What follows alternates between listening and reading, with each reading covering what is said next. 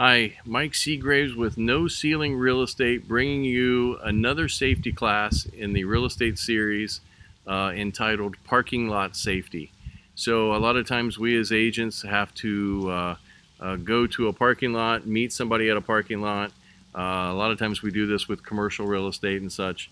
I would tell you, if you're going to be out and driving as a realtor or just in general, you always want to be leery of parking next to a van, a large vehicle that might have tinted windows that's parked next to your car. Always be uneasy of that.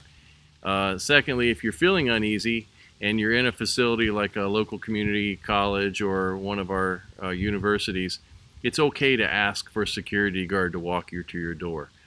Just about every institution that has security guards offers that service, and better safe than sorry. The third one, don't stand next to a car searching through your purse or your pockets for the keys. That just screams that you don't know what you're doing, and you need to be prepared when you get to your car. In many instances, we have the ability to start our cars before we ever get to them. Feel free to do that. And if you've never done it, your key fob for your car actually has a panic button. You can actually set off the alarm on your car without getting in it. So practice that. Know how to use that, because when you are in the situation, the last thing you want to be dealing with is how does that work again. Unlock the driver's side door. So the funny story behind that is I'm so used to getting in the car by myself that I hit the button once on my key fob, which unlocks the driver's side, but if you hit it twice, it unlocks the whole car. I get a lot of grief from my family because I only hit it once in many instances, and there's a lot of people flipping up the handles, and they can't get in. So know how to do that as well.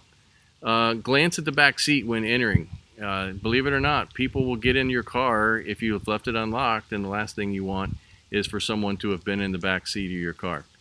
You need to always make sure the dome light in your car is working. If it's not, it's easy to change the light bulb. One of your kids would do it for you. And if they won't do it for you, then tell them to do it for you. So once in the car, lock all the doors. That's common sense, right? Drive away immediately. Don't sit in the parking lot. Don't catch up on your texting. Don't catch up on your emailing. Don't listen to your voicemails. You need to get out of that neighborhood if it's a neighborhood that makes you uncomfortable. Sitting in a car by yourself isolates you to the public to begin with. Don't sit in your car talking on the phone, adjusting the music, looking through your purse or briefcase, so on and so forth. Those are taking your eyes off of what's happening around you. And you need to focus on that. If you're threatened, drive to another location, pull over and call the police. You know, you may not know where you're going, but you can certainly get to a landmark. You can certainly get to a local grocery store or whatever. Keep your house keys, your office keys on a separate key ring would be a suggestion.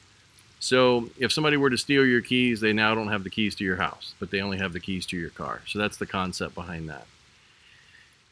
And, the last one is leave only your car keys with a parking attendant or a repair garage. So if you have to have service done on your car, why wouldn't you take off the keys to your house or the keys to your office and give it to someone else who could potentially make copies of that?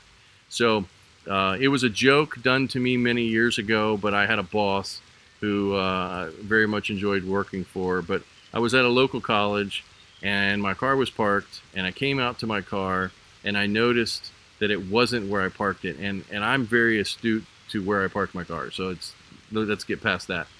But what he had done is he had taken my keys a couple weeks prior that I had laying around, and he made a copy of my car keys, and he had moved my car one parking spot behind it so that I wouldn't necessarily pick up on that. We laughed about it, but the downside that is if I had left my keys for a perfect stranger to get their hands on, they very much would have had access to anything I own. And it's easy to find out where most people live these days. So I'm hoping this is help. This is No Ceiling Real Estate. And if we can help you in any way, shape, or form, please let us know. Thank you.